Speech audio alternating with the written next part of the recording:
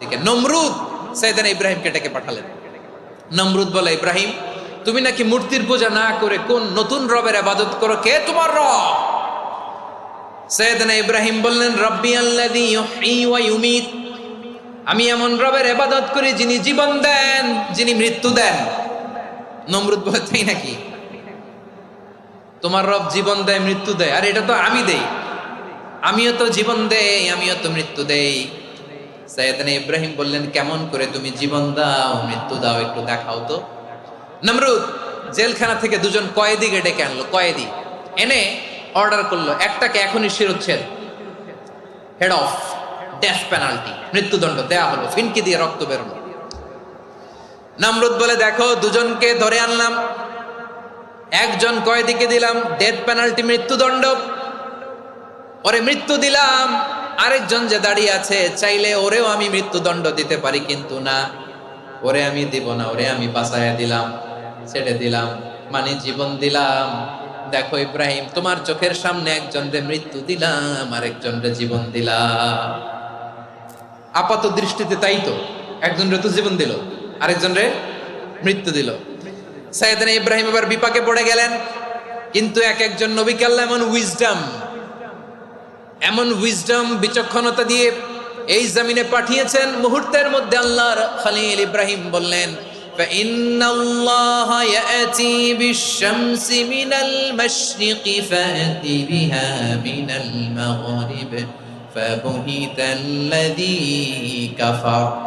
আল্লাহর খলিল ইব্রাহিম বললেন, নমরুদ বুঝলাম তুমি জীবন দাও মৃত্যু দাও দেখলাম, কিন্তু আমার রব, আমার আল্লাহ প্রতিদিন সকালবেলা উষা লগ্নে ওই পূর্ব দিগন্ত থেকে সূর্যটাকে উদিত করেন, সাঁঝের বেলা, বিকেল বেলা, কুথুরি লগ্নে, সন্ধ্যা বেলা ওই দ্বিপ্রহরের জল জলে সূর্যটাকে পশ্চিম দিগন্তে ডুবিয়ে দেন। মানে সকালবেলা পূর্ব দিক থেকে উদিত করা সূর্যটাকে পশ্চিম দিকে বিকেলে তিনি ডুবিয়ে দেন। তুমি যদি পারো ওই সূর্যটাকে পশ্চিম দিক থেকে উদিত করে পূর্ব দিকে ডুবিয়ে দাও। সুবহানাল্লাহ পড়বেন না? দেখেন, ইনস্ট্যান্ট ইন্টেলেক্ট, মুহূর্তে বিচক্ষণতা, উইজডম কাকে বলে? নমরুদ পারবে? নমরুদের বাপ পারবে?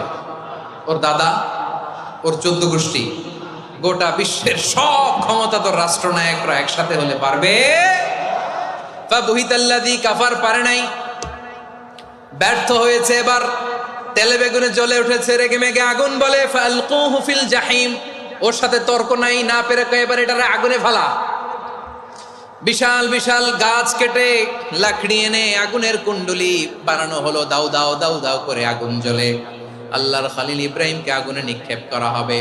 আল্লাহর খলিল সাইয়েদনা ইব্রাহিমের হাতের মধ্যে রশি দিয়ে টাইট করে বাঁধা হলো, পায়ের মধ্যেও টাইট করে রশি দিয়ে বাঁধা হলো। আল্লাহর খলিল ইব্রাহিমকে আগুনের কুণ্ডলির মধ্যে ফেলা হবে। ওমিয়া, আপনি যে বিপদের কারণে ভয় পান, হতাশ হন, এটা কোনো বিপদ ওনার বিপদের সামনে? পটুয়াখালী আওয়াজ করে বলুন, সাইয়েদনা খলিল ইব্রাহিমের বিপদের সামনে আমাদের বিপদগুলো কোনো বিপদ? এটা কোনো বিপদই না, এটা কোনো বিপদই না। হাত পা বেঁধে টাইট করে নিক্ষেপ করা হবে, সিম্পলি ফেলা যাবে না, কারণ দাউ দাউ করে দ্য ব্লেজিং ফায়ার, এমন আগুনের কুণ্ডলি, কাছে যাওয়া যায় না, আগুনের উত্তাপে নিক্ষেপ করা হবে। হাতে রশি বেঁধে, পায়ে রশি বেঁধে আল্লাহর খলিল ইব্রাহিম আলাইহিস সালামকে আগুনের মধ্যে নিক্ষেপ করা হবে। আহা, এটার বলে অগ্নি পরীক্ষা। উনি অগ্নি পরীক্ষার সম্মুখীন হয়েছিলেন, এজন্য কঠিন পরীক্ষাকে আমরা অগ্নি পরীক্ষার সাথে তুলনা করি, ঠিক কিনা? সাইয়েদনা জিবরাইল এসে বললেন, ও আল্লাহর খলিল, ওরা তো আপনার হাতও বেঁধে ফেললো, পাও বেঁধে ফেললো, নড়াচড়ার সুযোগ নাই, বলেন আমি জিবরিল ফেরেশতা আপনার জন্য কি করতে পারি? আল্লাহর খলিল ইব্রাহিম বলেন, ও জিবরাইল, তোমার কাছে আমার কোনো চাওয়া পাওয়া নাই। সুবহানাল্লাহ বলেন। তোমার কাছে বলার কিছু নাই, তোমার সাহায্যের আমার দরকার নাই। সাইয়েদনা ইব্রাহিম আলাইহিস সালামকে হাতে পায়ে রশি বেঁধে, হাত পা বাঁধা অবস্থায় জ্বলন্ত অগ্নিকুণ্ডে যখন নমরুদের দলবল নিক্ষেপ করবে, আল্লাহর খলিল কিভাবে নিজেকে আল্লাহর কাছে সঁপে দিয়েছেন, পটুয়াখালীর ভাইরা খেয়াল করে শুনুন।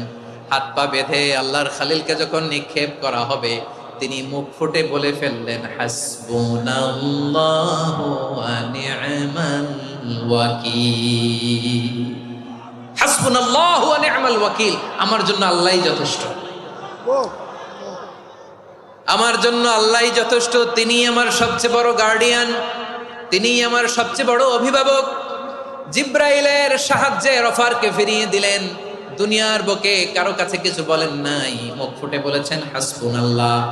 ও আমার পটুয়াখালীর প্রাণের ভাইয়েরা, খেয়াল রাখবেন, কোন বান্দা তার হাতে থাকা সব চেষ্টাটুকুন করার পরে মুখ ফসকে মুখ দিয়ে যখন বলে ফেলে হাসবুনাল্লাহ, বান্দা যখন হাসবুনাল্লাহ বলে ফেলে, ওই ব্যাপারটা ডিল করার দায়িত্ব স্বয়ং আল্লাহ আরশের উপর থেকে নিয়ে নেয়।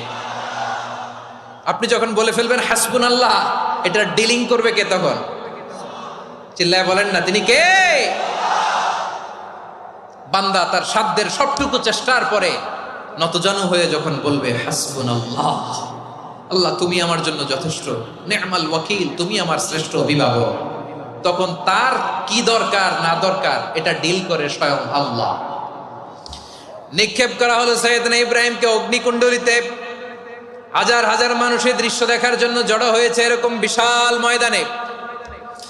কিন্তু কি অবাক করা ঘটনা, সবাই ভয় পাচ্ছিল, না জানে কি হয়ে যায়। আল্লাহর খালিলকে যখন আগুনের কুণ্ডলিতে নিক্ষেপ করা হয়, আল্লাহর খালিল ইব্রাহিম আগুনের কুণ্ডলীর মধ্যে বসে বসে মানুষগুলোর দিকে তাকিয়ে হাসতে শুরু করে দেয়।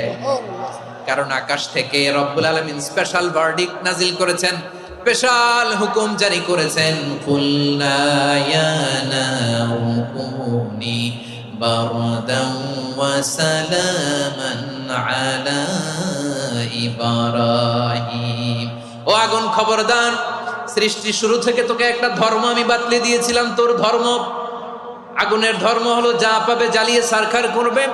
আল্লাহ বলল, ও আগুন, তোর ধর্ম দিয়েছিলাম, তুই সব জ্বালিয়ে পুড়িয়ে সারখার করে দিবি, কিন্তু ক্ষণিকের জন্য আমি তোর জ্বালিয়ে দেওয়ার ক্ষমতাটাকে কেড়ে নিলাম, জ্বালিয়ে ভস্ম করে দেওয়ার ক্ষমতা আমি কেড়ে নিলাম। কুনি বারদান, ঠান্ডা হয়ে যা, কিন্তু এত বেশি ঠান্ডা হবি না আবার আমার ইব্রাহিমের জন্য সর্দি লেগে না যায়। সুবহানাল্লাহ, এত আস্তে বললে হবে?